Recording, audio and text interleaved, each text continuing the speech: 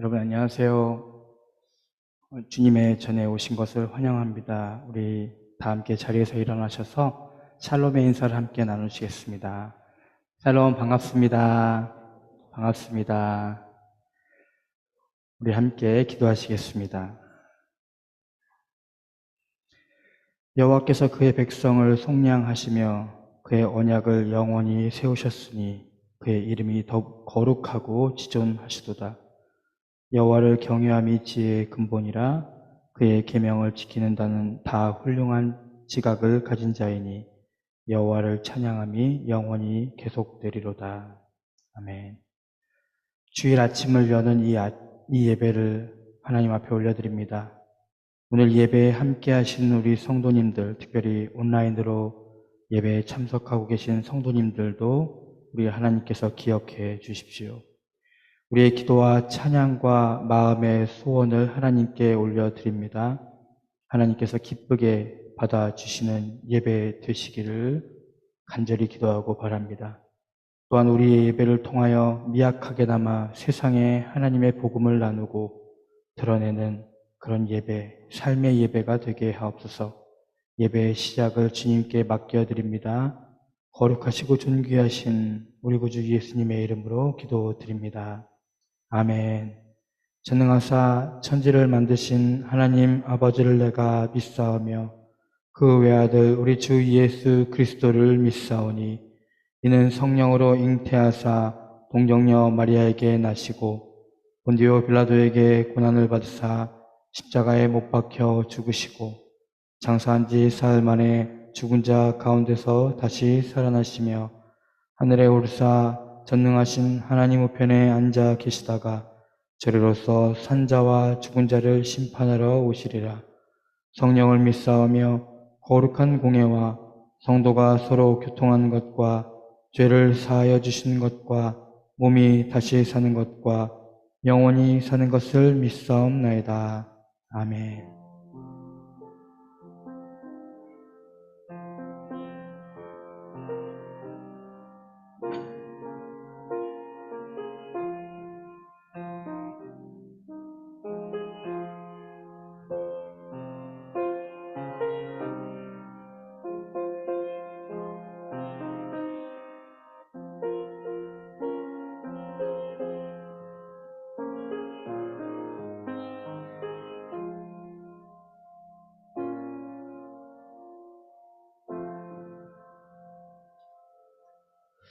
우리 함께 주님을 찬양하도록 하겠습니다.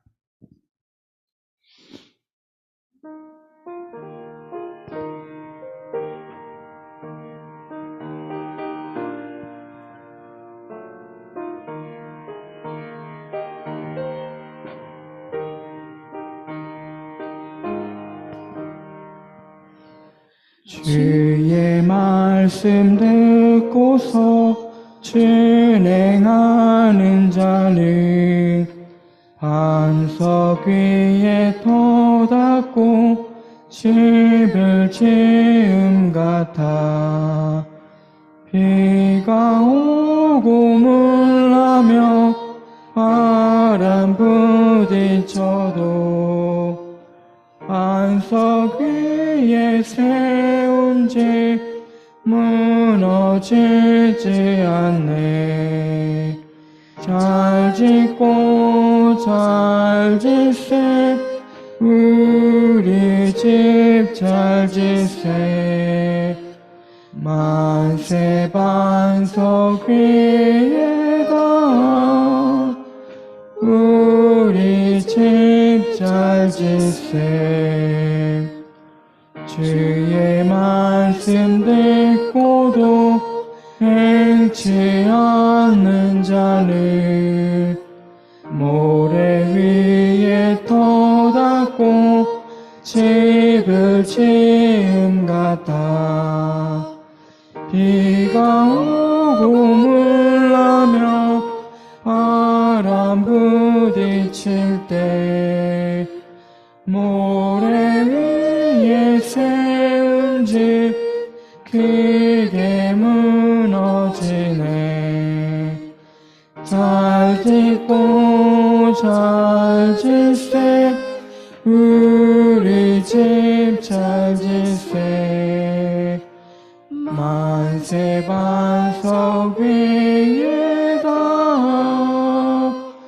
우리 집 잘 질세 세상 모든 사람들 집을 짓는 자니 반석 위가 아니면 모래 위에 짓네 우리 구주 오셔서 지은 상을 줄 때 세운 공로 따라서 영영상 벌 주리 잘 짓고 잘 질세 우리 집 잘 질세 만세 반석 위에다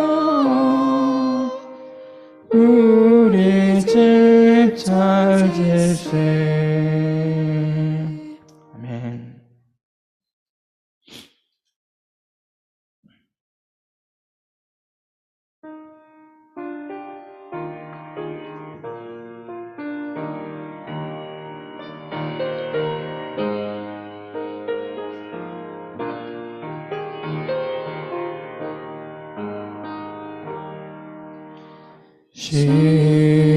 시온성과 같은 교회 그의 영광 한없도 허락하신 말씀대로 주가 친히 세웠다 반석 위에 세운 교회 힘들 자가 누구냐 모든 원수 애워사도 아무 근심 없도다 생명샘이 솟아나와 모든 성도 마시니 언제든지 흘러 넘쳐 부족함이 없도다 이런 물이 흘러가니 목마를 자 누구랴 주의 은혜 풍족하여 넘치고도 넘친다 주의 은혜 내가 받아 시온 백성 되는데 세상 사람 비방해도 주를 찬송하리라 세상 얻된 모든 영광 아침 안개 같으나 주의 자녀 받을 복은 영원 무궁하도다. 아멘.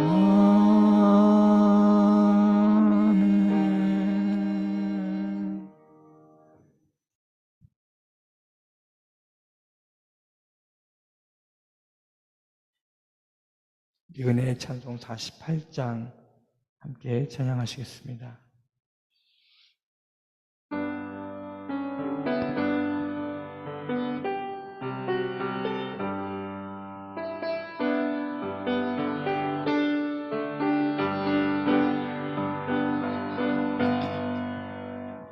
낮은 해처럼 밤엔 말처럼 그렇게 살 순 없을까? 욕심도 없이 모든 세상 비추어 온전히 남을 위해 살듯이 나의 인생에 꿈이 있다면 이 땅에 빛과 소금 되어 가난한 영혼 지친 영혼을 주님께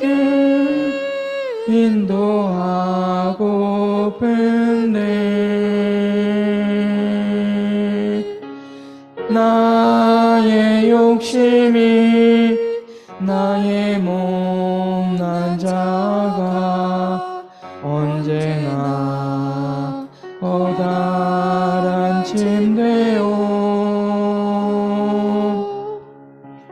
나를 짓눌러 마음을 곤곡해 하니 예수여 나를 도와주소서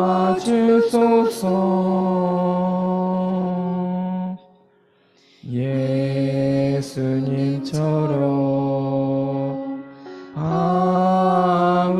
바울처럼 그렇게 살 순 없을까?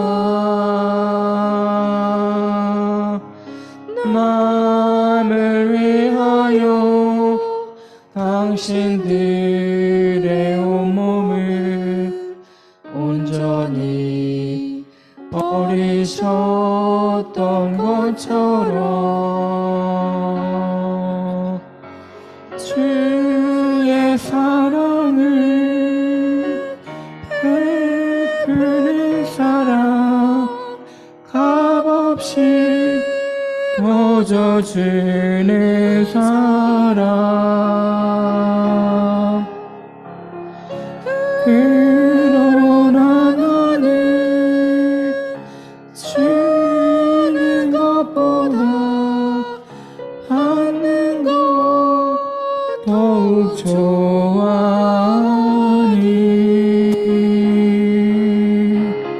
나의 입술을 주님 닮은 듯하나 내 맘은 아직도 주하여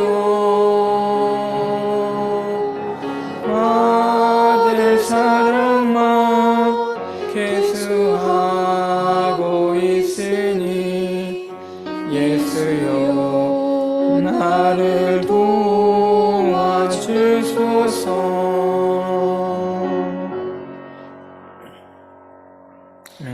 함께 기도하시겠습니다. 2024년의 1월 마지막 주일을 우리가 보내고 있습니다. 시간이라는 것이 우리가 관찰해 보면 반복되고 순환되는 것처럼 느껴집니다. 우리 인생이 그렇게 보고 듣고 경험합니다. 그래서 아무것도 바뀐 것이 없어 보이는데 어느덧 돌이켜보면 모든 것이 바뀌어 있는 세상을 우리가 보게 됩니다. 우리네 인생도 수레바퀴처럼 계속 돌고 돌고 반복되고 있는 것처럼 보이지만 어느덧 우리가 지나간 세월들을 돌이켜보며 우리의 바뀌어가는 연수를 보며 당황하기도 하고 놀라기도 합니다. 때로는 불안하기도 하고 때로는 절망에 빠지기도 합니다.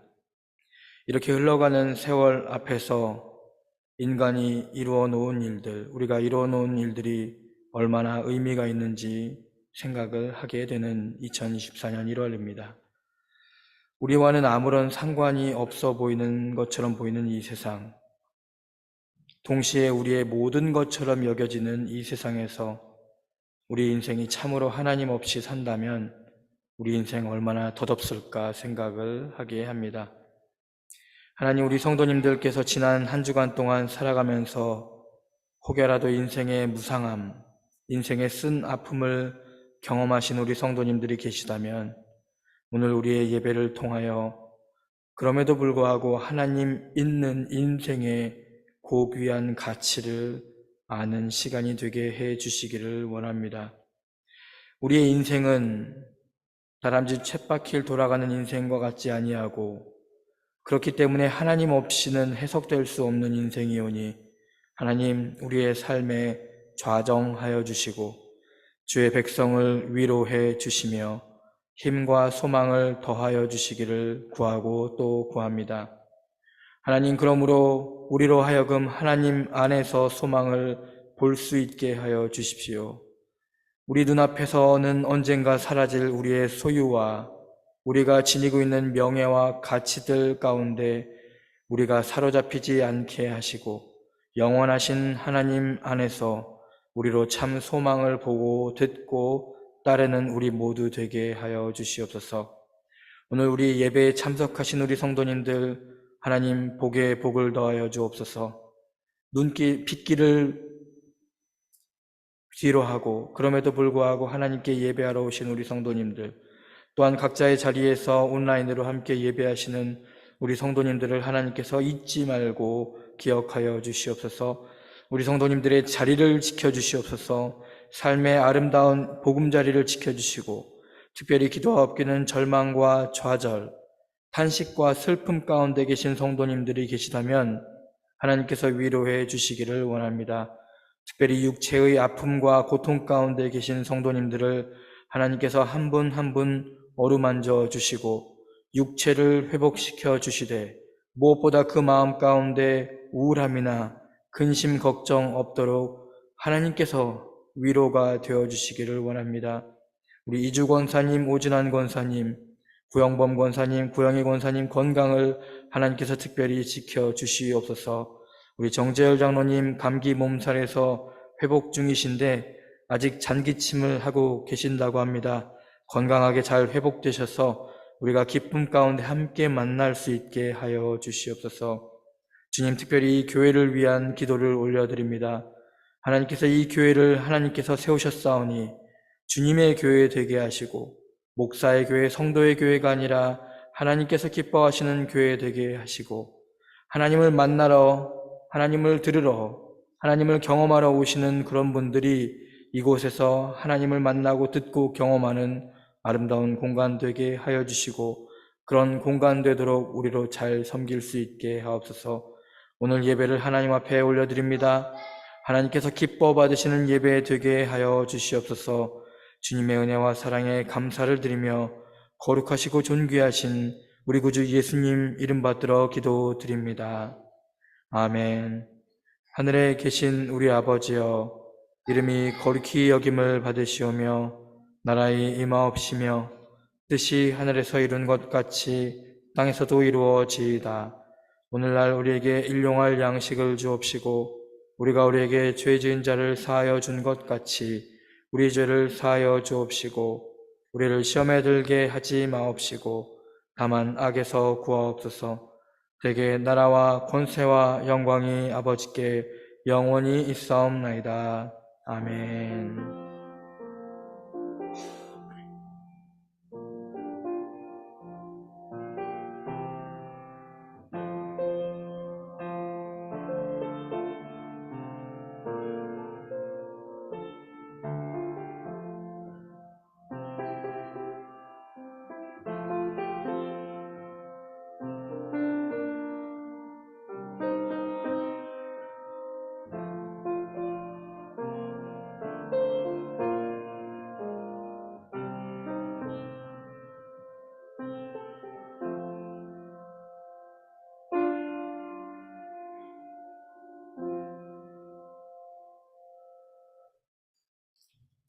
교회 소식을 잠시 말씀드리겠습니다.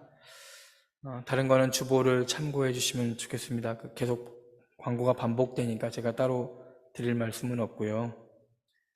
정재열 장로님이 따로 광고하지 말라고 하셨는데 교회 어르신이니까 광고 말씀드리면 건강하시답니다. 근데 이제 목소리가 아직 잠기셔가지고 제대로 돌아오지 못하신 상태이시고 잔기침을 하고 계시는데 혹시라도 우리 성도님들 방해되실까봐 댁에서 예배를 드리겠다고 이야기를 하셨습니다. 건강하게 잘 완전히 지금 다 회복하셨지만 완벽하게 잘 회복되셔서 우리와 함께 다음 주에 기쁨으로 예배할 수 있도록 여러분들이 기도해 주시면 좋겠습니다. 주보에 없는 광고 한 가지 더 드리겠습니다. 제 아내 장대선 사모가 지난 학기부터 지난 2023년 가을 학기부터 드루 신학교에서 공부를 하고 있습니다. 이번 학기도 감사하게 잘 공부를 시작해서 진행을 하고 있는데 다름은 아니고요. 그 시카고 제일연합감리교회가 작년이 100주년이 된 기념해였습니다. 그래서 100주년 기념 사업회라고 하는 조직이 구성이 되었고 100주년 기념 사업회에서 무엇을 할까를 고민하다가 신학생들과 목회자들 컨퍼런스를 시카고 제일연합감리교회에서 하게 되었고 거기에 제 아내가 장대선 사모가 신학생 자격으로 참석을 하게 됩니다. 그래서 월요일부터 목요일까지 다음 주에는 이제 이 자리에 있으니까 한 주 빠지거나 그러진 않을 텐데 그래서 신학생 자격으로 시카고를 다녀오게 됩니다. 사실 신학을 공부하게 되는 것 그리고 목회자가 되는 것을 고민하는 것은 대단한 기도와 개인의 준비 과정이 필요합니다. 제 아내가 지난 10년 동안 미국에서 저와 함께 살면서 여러 많은 연단과 또 애씀과 수고를 경험하였고 그 과정 중에 자그마하게 미세하게나마 하나님의 부르신 사명과 소명이 있어서 그 길을 한 걸음씩 내딛고 있는데 아마 이런 말은 컨퍼런스지만 약간 리트릿, 부흥회, 사경회 같은 형태의 수련회가 될 수 있을 것 같습니다. 그곳에서 또 많은 명사들을 만나고 또 좋은 목사님들, 교수님들 만나서 귀한 시간을 보낼 텐데 잘 다녀올 수 있도록 그리고 그곳에서 하나님께서 주시는 귀하고 아름다운 말씀들, 음성들, 소명들 잘 듣고 올 수 있도록 여러분들이 기도해 주시면 좋겠습니다. 나머지 광고는 주보를 참고해 주시고 이 시간 하나님 앞에 봉헌 예물 찬양하며 부르도록 하겠습니다.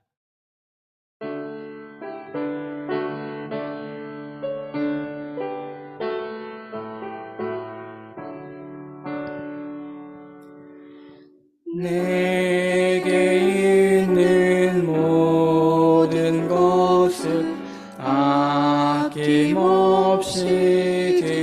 드리네. 사랑하고 의지하여 주만 따라 살리라. 주께 드리네.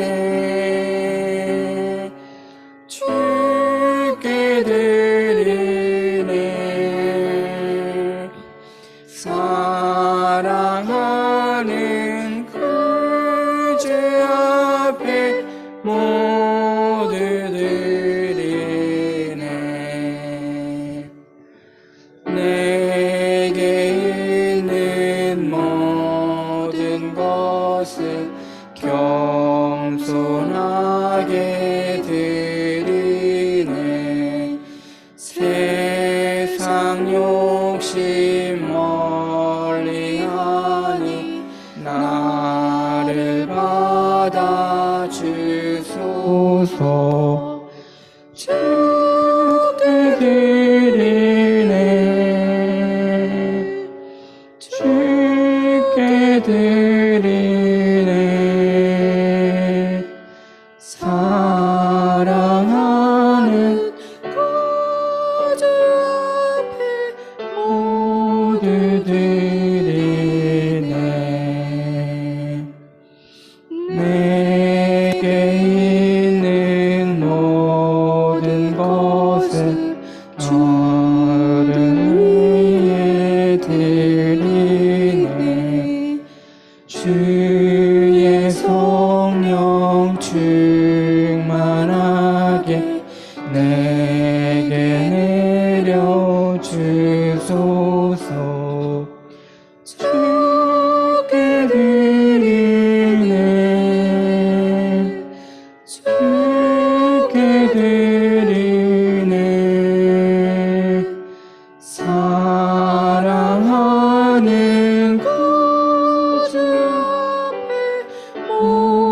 모두 드리네.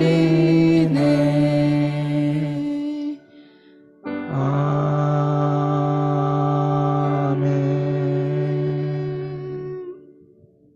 살아계셔서 우리와 함께 하시는 하나님, 오늘도 감사와 찬송과 영광을 올려드리며 우리가 이곳에 올 때 하나님께 예물을 따로 구별하여 가지고 왔습니다.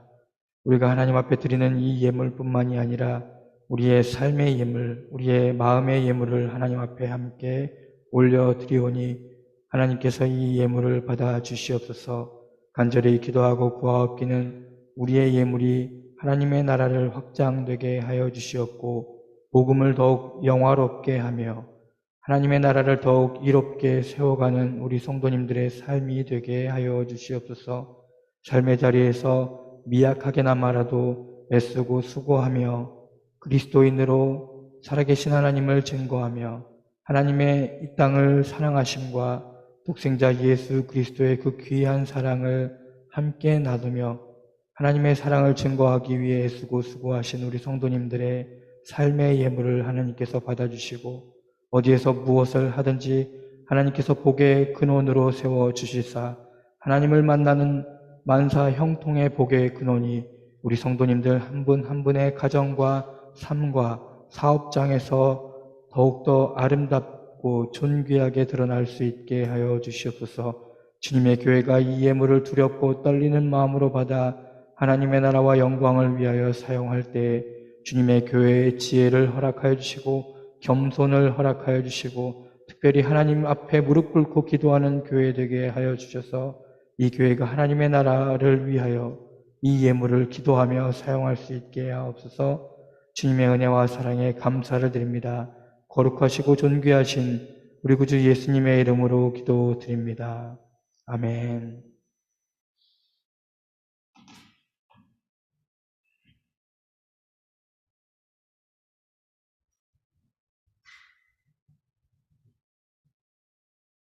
오늘 읽어주시는 하나님의 말씀 마가복음 1장 21절부터 28절까지 말씀입니다. 우리 함께 한 목소리를 합독하시겠습니다. 그들이 가버나움에 들어가니라. 예수께서 곧 안식일에 회당에 들어가 가르치심에 뭇 사람이 그의 교훈에 놀라니 이는 그가 가르치시는 것이 권위 있는 자와 같고 서기관들과 같지 아니함일러라.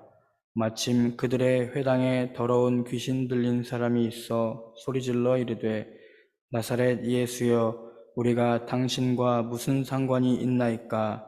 우리를 멸하러 왔나이까? 나는 당신이 누구인 줄 아오니 하나님의 거룩한 자니이다. 예수께서 꾸짖어 이르시되 잠잠하고 그 사람에게서 나오라 하시니 더러운 귀신이 그 사람에게 경련을 일으키고 큰 소리를 지르며 나오는지라. 다 놀라 서로 물어 이르되 이는 어찌미냐? 권위 있는 새 교훈이로다. 더러운 귀신들에게 명한즉 순종하는도다 하더라. 예수의 소문이 곧 온 갈릴리 사방에 퍼지더라. 아멘.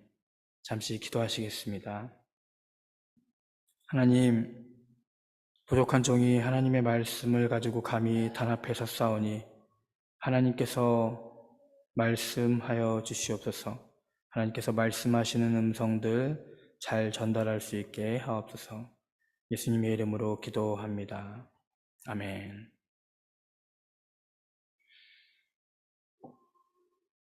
저는 스페인어를 할 때 마음가짐이 한국어를 사용할 때와는 조금 다르다는 것을 알게 되었습니다. 스페인어는 저의 제2 외국어이기 때문에 당연히 마음가짐이 다를지도 모르겠습니다. 그런데 제가 스페인어를 하면 할수록 또 영어를 하면 할수록 느끼는 것은 제가 언어뿐만이 아니라 그들의 문화를 품고 말을 하고 있다는 생각을 하게 되었습니다. 그래서 제가 한국말을 할 때는 좀처럼 사용하지 않는 동작과 행동, 마음가짐들이 이 스페인어를 구사할 때 나옵니다. 예를 들어서 눈썹을 올린다든지 이렇게. 여러분 한국말 할 때 눈썹 잘 안 올리지 않습니까? 그리고 이야기하다가 약간 어이없는 일이나 말도 안 되는 일 있을 때 보면 미국 사람들이나 중남미 사람들 보면 입술을 삐죽하잖아요. 이렇게 어깨를 으쓱거리면서 특정한 손동작이 나오는데 한국 문화에서는 그런 것들이 안 나오죠. 제가 이제 파라과이에서 중고등학교를 다니고 대학들 다니다가 이제 한국에 가가지고 한국에서 이제 다시 생활을 하고 군대도 갔다 오고 직장 생활하고 그러면서 이 차이를 인지하지를 못했어요. 한국이라고 하는 문화에 잘 적응하면서 살고 있다가 잊고 있다가 제가 해외 파견 근무를 나갔을 때 지난 10년 이상 동안 사용하지 않았던 저의 어떤 비언어적인 행동들이 거기서 나오는 것을 보게 되었습니다. 눈썹을 올린다든지 입술을 삐죽하는 동작들, 그리고 왠지 영어나 스페인어를 하게 되면은 양다리를 살짝 꼬고 벽에 기대는 어떤 그런 자세들. 지금 웃으신 분 아마 저와 비슷한 생각을 하고 계시는 것 아닌가 싶은 생각을 합니다. 언어라는 것이 단순하게 내가 말하고자 하는 말만 전달하는 것이 아니라 그것이 문화를 담고 있다는 생각을 하게 된 것. 제가 제 몸의 행동을 보면서 다시 한번 알게 되었습니다. 특별히 통역을 하면서 제가 그런 것들을 더욱 느끼게 됩니다. 통역을 단순하게 통역을 하면은 별 문제가 없어요. 예를 들어서 내일 아침 8시에 와. 이렇게 해석해주면 딱 좋아요. 제가 이제 미국에서 세탁소에서 아르바이트를 할 때 제가 이제 스페인어를 하니까 스페인어권에 있었던 이 라티노 친구들한테 사장님이 그렇게 얘기하시더라고요. 저 친구들한테 8시 정각에 오라고 해. 그래서 그렇게 얘기하면 되죠? 그랬더니 뭘 더 바래? 그래서 8시에 오랍니다 라고 전달을 했어요. 근데 이 친구들한테 8시에 오라는 얘기는 아침 6시에 일어나라고 하는 얘기, 5시 반에 일어나라고 하는 얘기와 같은 거였어요. 왜 그런가 이야기를 들어보니까 자기네들은 자동차가 없으니까 대중교통을 이용해서 와야 했고 그 세탁소가 플로암파기라고 하는 동네였거든요. 근데 이 친구들이 사는 곳은 페러슨이니까 거기서 이제 뭐 기차도 타고 뭐 이 대중교통을 이용해 가지고 오면은 8시 좀 넘어서 오게 된다는 거예요. 그러니까 자기네들이 늦을 수밖에 없는 이야기를 어쩔 수 없이 설명을 하는 겁니다. 그럼 제가 그거를 못 들었으면 모르겠는데 들었으니까 전달을 할 거 아닙니까? 그래서 제가 사장님한테 이야기를 했어요. 이 친구들이 이러쿵저러쿵 해가지고 아침 8시까지는 오기가 어려울 것 같고 한 8시 10분 정도에 올 것 같다고 합니다. 그때 버스가 또 꼭 온답니다. 그랬더니 세탁소 사장님이 화를 내셨던 그 기억이 있습니다. 단순하게 언어를 전달하는 것이 아니라 그 문화적인 것들을 함께 전달을 하다 보면은 이것이 단순한 통역이 아니라 조금 더 복잡한 관계에서 문화권에서 있다는 것을 알게 됩니다. 또 다른 것들이 있죠. 이 영어는 그 한국말과 다르게 혀를 굉장히 많이 사용하지 않습니까? 혀가 낼름거리면서 입도 많이 벌어지고 그래가지고 저 처음에 미국 와가지고 어려웠던 게 이제 입을 환하게 벌리고 이빨이 그냥 다 보이면서 이 발음을 한다는 것이 익숙하지가 않았습니다. 한국말은 이렇게 혀를 많이 사용하지 않고 입을 많이 벌리지 않고 얼굴 표정도 굳은 채로 말을 할 수 있는 그런 문화적인 그리고 기능적인 요소들이 있다면 이 영어나 스페인어는 그렇지 않다는 것. 그래서 이 언어적인 요소들이 이 언어에는 굉장히 많이 있다는 생각을 합니다. 그런데 여러분 생각해 보면요. 우리가 꼭 외국어를 배우지 않더라도 이런 차이점이 우리 안에서 많이 발생하는 것을 느낍니다. 제가 어렸을 때 한국어를 배웠던 이 한국 문화와 지금 한국 문화는 제가 볼 때 하늘과 땅 차이라는 생각이 듭니다. 외래어도 많이 있고 이 한국말도 다양하게 변형된 그 짤막하게 요약된 이야기들, 이 젊은 사람들이 이야기하는 것들을 제가 알아들을 수가 없습니다. 이것은 그 제너레이션 갭이라고 하죠. 이 세대 간의 격차라는 표현. 세대 간의 격차가 발생해서 문화적인 차이가 존재하니까 언어도 자연스럽게 바뀌게 되고 자연스럽게 언어도 바뀌게 되니까 같은 한국말도 다르게 되는 것 같습니다. 제가 이 미국 교회에서 미국 분들을 만나고 나이 많으신 분들을 이제 만나다가 젊은 분들을 만나면 갑자기 적응이 안 돼요. 이분들이 뭐 말도 말이지만은 다양하게 이야기하는 그 문화, 그들이 살고 있는 그 문화권에 제가 있지 않았기 때문에 제가 새로운 것을 보고 듣고 경험하기 위해서는 겸손할 수밖에 없다는 생각을 하게 됩니다. 그러므로 우리 인간은 보면은요, 언어 안에 갇혀 있기도 하고, 즉 바꾸어 이야기하면 문화 안에 갇혀 있기도 하고, 동시에 이 언어와 문화를 통해서 새로운 것을 보고 듣고 변화를 하게 됩니다. 이 언어라는 것이 우리를 답습하게 하기도 합니다. 반복되게 하고, 이렇게 해야 되겠구나, 이것이 세상의 이치구나라고 깨닫기도 하다가 동시에 이 언어를 통해서 새로운 창조적인 길을 마련해 나가기도 합니다. 나는 미국에 왔지만 내가 한국인으로서의 자존감을 지키기 위해서 절대로 영어를 배우지 않겠다라고 살 수 없습니다. 그런 사람들은 아마 코리아타운이나 펠팍에서 살아야 되겠죠. 어떻게나마 우리가 이 미국 땅에서 살기 위해서 내 것을 포기하고 다른 문화를 보고 듣고 배우는 것, 그러면서 이 문화에 대한 좋은 것들을 배우고 나쁜 것들을 조심하는 그런 문화들이 이민자들에게는 익숙한 것 같습니다. 이런 이민자들의 삶의 관점이 꼭 나쁘지는 않은 것 같아요. 이 미국 사람들이 늘상 응당하는 일들에 대해서 우리가 물어볼 때가 있죠. 도대체 왜 이런 일들은 발생을 하는가? 그런데 제가 이제 학교를 다닐 때 미국 같은 경우는 이렇게 도서관이나 이런 데 24시간 문을 열어놓지 않는데 새벽 2시가 되면 이제 문을 잠갔거든요. 그런데 항상 불을 켜놓더라고요. 그래서 왜 미국은 이렇게 상점마다 불을 켜놓는가? 라고 물어봤더니 많은 사람들이 그 이유를 모르더라고요. 일상으로 살아가는 그 미국 사람들에게는 그것이 당연한 일인데 우리가 볼 때는 이상한 일들. 그래서 그들이 그것을, 그 의미를 듣고 고민하다가 저한테 답을 알려주든지 아니면 그들이 잘못된 것들을 깨닫기도 한다는 것을 알게 되었습니다. 역으로 뒤집어서 우리 한국 사람들의 삶을 보면은 우리가 늘 옳다고 생각했던 것들, 당연하게 생각했던 것들이 어떤 사람들, 이방인들에게는 당연하지 않기 때문에 이것들이 우리가 한 번쯤 곱씹어 볼 수 있는 것들이 아닌가 생각을 하게 됩니다. 저는 신앙생활도 이와 마찬가지의 이야기들이 있지 않을까 생각합니다.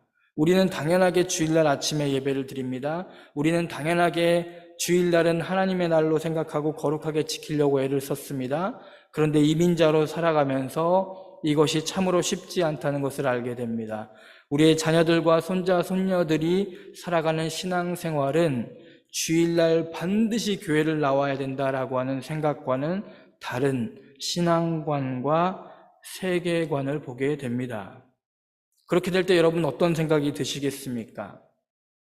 제가 아는 어떤 목사님은 항상 찬송가를 불러야 된다라고 이야기를 하신 분이 있었어요. 찬송가가 검증된 찬양이라 이거죠. 그런데 요즘 젊은 친구들이 부르는 찬양은 빠르기도 빠르고 그 가사가 뭔지도 모르겠고 그게 전혀 맞지 않다는 거예요. 그래서 그 자녀들과 손자, 손녀들에게 이 찬송가만 불러야 된다. 왜냐? 교회는 공동체이니까 함께 고백하는 고백적인 찬양이 나와야 되는데 그 고백을 일치시키는 게 찬송가라 이거예요.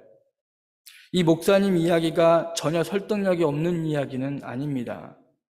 그런데 우리 어린이들이, 우리 청소년들이, 우리 젊은이들이 그리고 신앙의 다음 세대를 이어가야 할 친구들이 세상 문화와 함께 변화가 되어져 가는 그런 상황 속에서 아주 느린 템포에 나 같은 죄인 살리신 이런 찬양을 부르면서 우리와 함께 과연 신앙생활을 해 나아갈 수 있을까? 여러분들과 제가 앞으로 고민해 봐야 될 부분이라고 생각합니다. 저는 오늘 읽은 성경 말씀에서 예수님이 어찌 보면은 새로운 언어와 문화와 태도로 사람들에게 다가가셨던 것은 아닌가 생각을 하게 되는 부분들 몇 가지를 관찰하게 되었습니다. 예수님이 첫 번째로 이 사람들에게 하신 일과 특징들이 있다면 예수님의 가르침이 독특했다는 것입니다. 성경은 예수님의 가르침이 권위가 있고 그 가르침이 서기관들, 바꾸어 이야기하면 종교 지도자들과 같지 않았다고 이야기를 합니다. 도대체 무엇이 그렇게 독특하고 권위가 있었을까? 그것을 암시하는 두 번째 독특한 사건이 발생을 합니다. 이날은 안식일 날이었습니다. 안식일 날은 이스라엘 백성들은 말린 무화과 나무 2개 이상을 들면은 그게 노동이라고 생각을 했습니다. 여러분, 말린 무화과 나무 무게를 아십니까? 엘리베이터 버튼도 누르지 않는다고 하죠. 안식일 날 화장실을 가지 않기 위해서 전날 음식을 적게 먹습니다. 안식일 날 화장실 가서 힘을 보는 것도 노동이라고 생각을 했다는 거죠. 어찌 보면 매우 갑갑한 사람들, 답답한 사람들인데 이것이 문화적으로 계승되어져 왔기 때문에 이 문화적인 갈등, 이 문화적인 문제들은 대단히 현실적이었던 것 같습니다. 그런데 이 안식일에 귀신 들린 사람을 봅니다. 귀신 들린 사람은 어떤 존재입니까? 하나님의 지배를 받지 못하는 당시의 사람이라고 할 수 있겠습니다. 악한 이들, 악한 영, 영어로는 unclean spirit이라고 이야기를 했는데 악한 사람들이기 때문에 이 사람들은 안식일과는 상관이 없는 사람들이에요. 그런데 이 예수님이 안식일과는 상관없는 귀신 들린 자와 함께 하면서 하나님의 언어로, 하나님의 역사하심으로 그들과 함께하고 그들 마음 가운데 하나님의 영을 불어넣어 주셔서 악한 이들을 쫓아내고 그들 역시 하나님의 자녀가 되게 하셨다는 거죠. 이게 안식일을 거룩하게 지키라라고 하는 당시의 관점으로는 극복할 수 없었던 장애물입니다. 그런데 예수님의 언어와 행실은 그것을 뛰어넘습니다. 그렇다고 한다면 예수님의 이 사역의 가장 중요한 핵심은 무엇일까? 여러분들 이제 마가복음을 쭉 읽어보시면 아시겠지만은 마가복음의 이야기에서 쭉 읽어보면 예수님께서 가장 중요한 가치로 여기는 것이 바로 사람 그리고 생명이었습니다. 예수님의 사역의 핵심은 언제나 사람 그리고 사람의 생명을 소중하게 여기시는 마음이었습니다. 앞서 말씀드린 대로 예수님 당시의 종교인들은 안식일에 아무것도 하지 않으려고 했습니다. 그것이 법이었고 그것이 전통이었습니다. 그것을 지킬 수 있으면 복을 받는 사람이었고 하나님의 그 기업을 물을 사람이었습니다. 그들이 그렇게 법을 굉장히 중요하게 여겼는데 그 이유는 너무 단순했습니다. 하나님께서 말씀하시기를 안식일을 기억하여 거룩하게 지키라라고 말씀하셨기 때문입니다. 그런데 여기서 한 가지 빠진 것이 있죠. 왜 하나님은 이스라엘 백성들에게 안식일을 거룩하게 지키라고 말씀하셨을까? 그들은 가장 중요한 사실을 잊고 이 법을 지켰습니다. 그것은 하나님이 인간을 보호하시기 위해서, 인간을 잘 지키기 위해서, 인간의 생명을 더욱더 아름답게 하시기 위해서 안식일을 거룩하게 지키라라고 말씀하셨던 것을 그들은 잊었습니다. 그리고 그저 명령이니까 안식일을 거룩하게 지키면서 내 주변에 내 친구들이 고통받고 있고 안식일을 지킬 수 없는 재정적으로 어려운 상황 가운데 있던지 마침내 귀신 들려가지고 안식일 날 쉬지도 못하고 이곳저곳 들쑤시고 다니는 그런 존재들을 뒤로하고 나는 안식일을 잘 지켜서 하나님께 복받는 존재가 되겠다라고 하는 이 언어적인 요소를 담고 있었던 것은 아닌가 생각합니다. 우리는 어찌 보면 예수님이 이 땅에 오시지 않았다면 우리는 이 답변을 찾지 못했을 거예요. 안식일의 주인 되신 예수님께서 안식일 날에도 안식하지 못하는 인생들을 위해서 수고하신 그분의 언어 그리고 그분의 삶은 오늘 여러분들과 저에게 많은 시사점을 준다고 생각합니다. 어찌 보면 예수님의 가르침은요, 새로운 것이 전혀 아닐지도 몰라요. 원래의 가치를 바르게 잘 지키고 준수하도록 우리에게 그 의미를 부여한 것. 그런데 우리 인생은 오히려 그 의미와 가치들을 점점 더 퇴보시키고 답습하는 것으로 인하여 퇴보시키고 더 문제를 일으켰는지도 모르겠습니다. 교회에 대해서 이야기를 할까 합니다.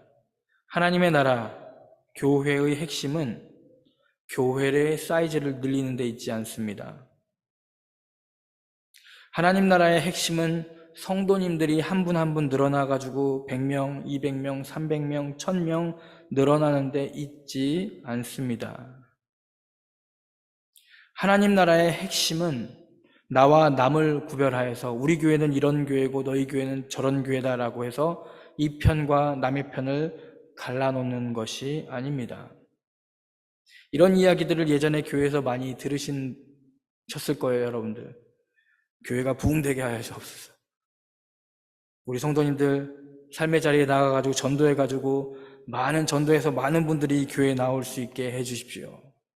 영혼 구원이 있게 하여 주옵소서. 영혼 구원, 복받게 하옵소서. 이런 이야기들은 참으로 듣기가 좋은데 전도하라는 말만 들으면 막 짜증이 나는 거예요. 그래서 속으로 목사 당신이 나 한번 전도해보지 그래. 전도가 얼마나 어려운지. 저는 여러분들께 전도하라는 이야기를 드리지 않습니다. 전도는 하나님이 하시는 일입니다. 우리는 비즈니스를 교회를 통해서 하는 것도 아닙니다. 교회 이렇게 열심히 키우고 늘려서 뭐 하겠습니까? 교회가 건물이 커지고 주차장이 많아지고 사람들이 늘어나면 도대체 교회에서 하는 일은 무엇이 있을까요?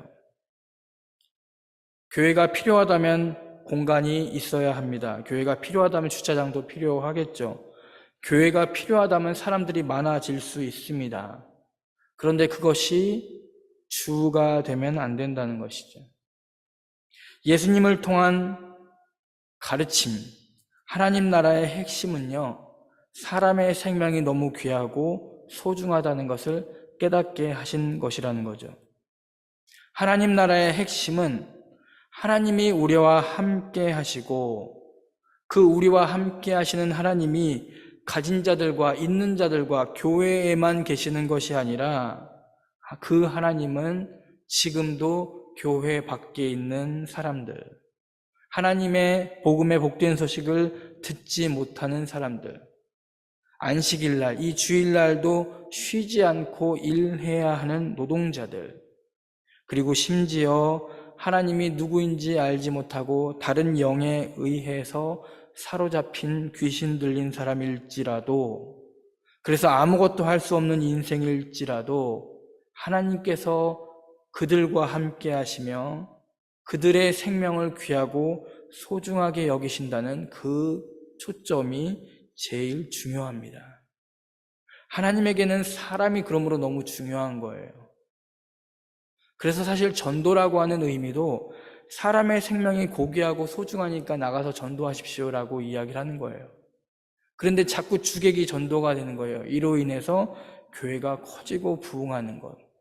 여러분, 사실은 교회가 정말 건강한 교회는 계속해서 쪼개지고 갈라집니다. 그래서 복음을 증거하면서 그곳에서 물리적으로 거리가 멀면 거기서 자연스럽게 교회가 생기고 여기는 또 계속 그 교회를 위해서 후원하고 전달하고, 그러므로 우리의 목적은 사업가들처럼 이 교회의 양적, 질적 성장을 늘리는 데 목표가 있는 것이 아니라 하나님이 주인이 돼서 인간을 참으로 소중하게 여기고 귀하게 여기는 교회 공동체가 되는 것이죠.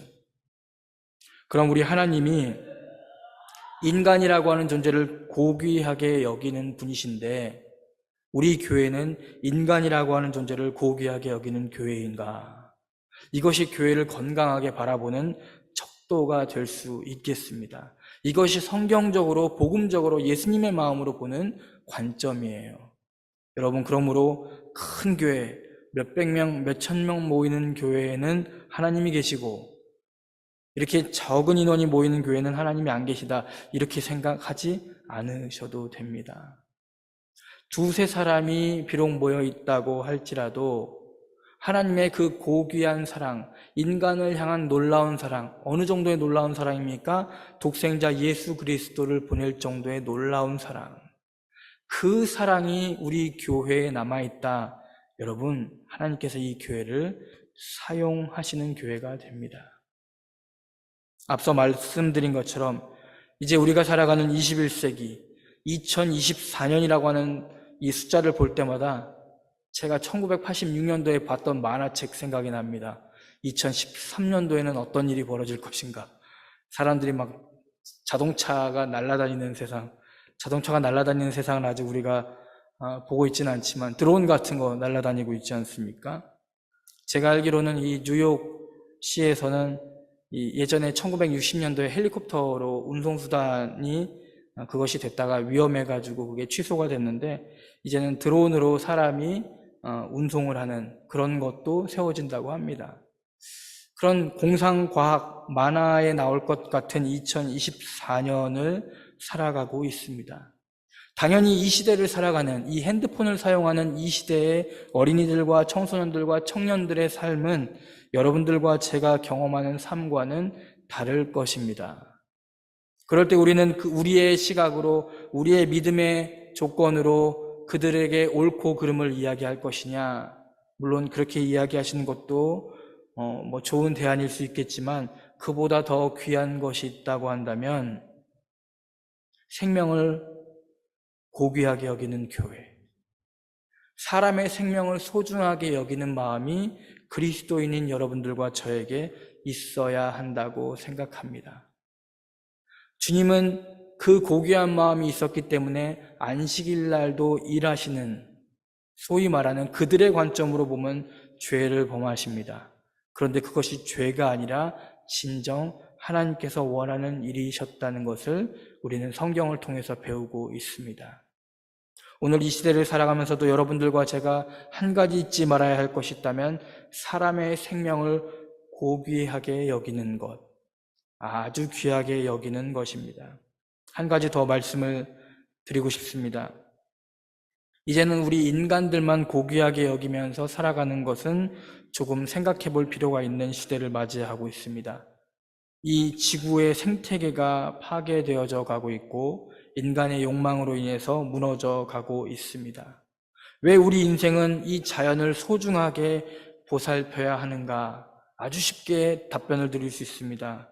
이 자연이 파괴되면요, 우리 인간이 이 파괴된 자연 속에서 건강하게 살 수 없기 때문입니다. 사랑하는 여러분, 오늘 말씀의 제목처럼 하나님의 창조적 사고가 갇힌 이 교회, 창조적 하나님 나라의 교회는 어떤 곳인가? 오늘 여러분들이 말씀을 마무리하고 가실 때 잊지 말 것, 생명을 소중하게 여기는 교회. 이것이 창조적 하나님의 나라를 세워가는 교회와 여러분들과 저의 마음 가운데 남아있을 때 우리는 절망 가운데 있지 아니하고 여전히 소망 가운데 하나님께서 우리를 사용하시는 것을 알게 될 것 같습니다. 사실 이 언어라는 것이 그렇습니다. 언어의 문법은 효과적으로 의사소통을 하기 위해서 주어진 거예요. 아버지가 가방에 들어가신다. 아버지가 들어가신다. 가방에. 이렇게 표현할 수도 있지만 아버지가 가방에 들어가신다. 주어, 목적어, 동사가 사용되게 하는 것은 우리가 서로 사회적으로 한 약속이죠. 이렇게 이야기를 할 때 효과적으로 의사소통을 할 수 있다. 그런데 내가 이 문법을 뛰어넘는다고 해서 내가 비난받는 것인가? 핵심은 뭡니까? 효과적인 의사소통. 교회 다니는 것의 핵심은 무엇입니까? 내가 나 자신에게 생명의 소중함을 깨달았다는 것이죠. 누구를 통해서? 예수 그리스도를. 그런데 그 이야기는 뒤로 한 채로 그러므로 이 교회는 커져야 되고 이 교회는 부흥해야 되고 이 교회는 성장해야 된다라는 생각을 할 때 목사는 얼마나 불행하겠어요. 그리고 그 교회 다니는 성도님들은 얼마나 불행하겠어요. 하나님이 나를 참으로 귀하고 소중한 존재로 부르셨다고 하는데 당신은 사랑받기 위해 태어난 사람 이렇게 하는데 맨날 교회 오면 전도하라 그러고 맨날 교회 오면 다른 사람들 데리고 오라고 하고 행복하지 않은 거예요. 사랑하는 여러분, 하나님 나라, 창조적 하나님 나라의 핵심 가치, 2000년 전이나 지금이나 그리고 앞으로 변하지 않을 가치, 여러분들의 삶과 여러분들의 인생의 가치가 너무 고귀하다는 거예요. 하나님만큼 고귀하다는 거예요. 예수 그리스도를 보내주실 정도의 그 가치만큼 고귀하다는 거예요. 여러분들이 그 가치를 누리셨으면 좋겠어요. 어디까지 누리시느냐? 이게 도저히 내 안에서 감당이 안 돼요. 하나님께서 나를 귀하고 소중하게 여기셨다는 것을 깨닫게 될 때 우리는 자연스럽게 남도 그렇게 보게 됩니다. 21세기 교회는 어떤 교회가 되어야 할 것인가? 잘 모르겠어요. 전략적으로 어떻게 검토되어야 되는가? 잘 모르겠습니다. 다만 오늘 말씀을 통해서 한 가지 확실하게 한 것이 있습니다. 그것은 규칙보다도 규칙 뒤에 계시는 하나님, 그 하나님께서 우리 인생을, 이 땅의 생태계를 매우 귀하고 소중하게 만드셨다는 것. 누구를 위해서요? 바로 여러분들과 저를 위해서. 생명을 소중하게 여기시는 그 가치, 하나님의 가치가 오늘 여러분들과 저에게 충만하게 넘치시기를 바랍니다. 여러분들의 삶의 자리에서 생명을 참으로 고귀하게 여기는 삶을 살아가시는 것, 어쩌면 그게 전도예요. 여러분들이 생명을 소중하게 여기시는 것이 그게 전도예요. 교회로 사람을 데리고 오는 게 전도가 아니라 생명을 소중하게 여기는 것. 그런 삶을 여러분들과 제가 살아가시기를 간절히 기도하고 소망합니다. 기도하시겠습니다. 하나님, 우리의 기도를 하나님 앞에 올려드립니다. 생명을 참으로 존귀하게 여기고 소중하게 여기신 주님의 마음을 생각하며 이제 우리가 말씀을 묵상하며 기도합니다. 혹여라도 우리가 정말 꼴보기 싫었던 사람들이 있다면, 다시는 상관하고 싶지 않았던 사람들이 있다면, 혹여라도 우리의 자녀들과 손자, 손녀들과의 갈등 속에 있었다면 오늘 이 말씀이 우리 성도님들의 마음을 위로하게 하여 주옵소서. 그리고 우리로 하여금 생명을 소중하고 귀하고 존귀하게 여길 수 있게 하옵소서.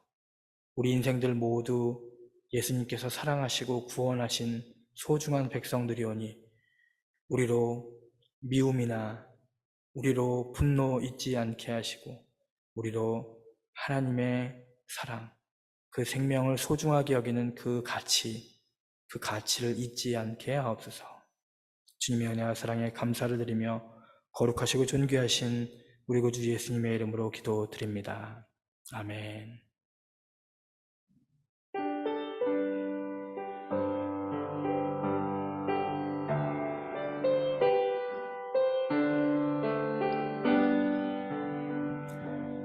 여기에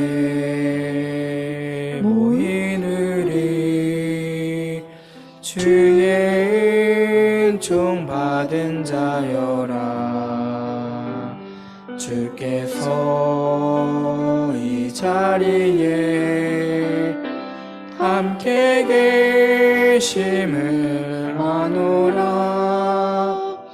언제나 주님만을 찬양하며 따라가리니 시험을 당할 때도 함께 계심을 믿노라. 이 믿음 더욱 굳세라. 주가 지켜주신다. 어두운 밤에도 주의 밝은 인도하여 주신다.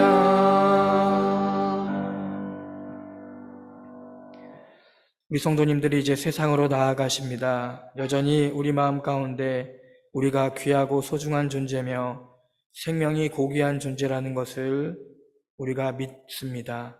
그러나 세상은 우리에게 그렇게 말하지 않습니다.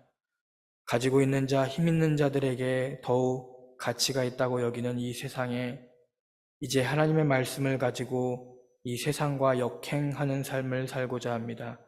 생명을 소중하게 여기며 하나님께서 허락하신 이 생명을 귀하게 여기며 우리도 이 땅 가운데 하나님의 사랑을 실천하기를 원하는 우리 성도님들의 그 발걸음, 어찌 보면 그 무거운 발걸음을 우리 성령님께서 가볍게 하여 주시옵고 우리 예수님께서 손 붙잡아 주시옵고 우리 하나님께서 우리 성도님들의 삶의 자리를 위로하여 주시옵소서.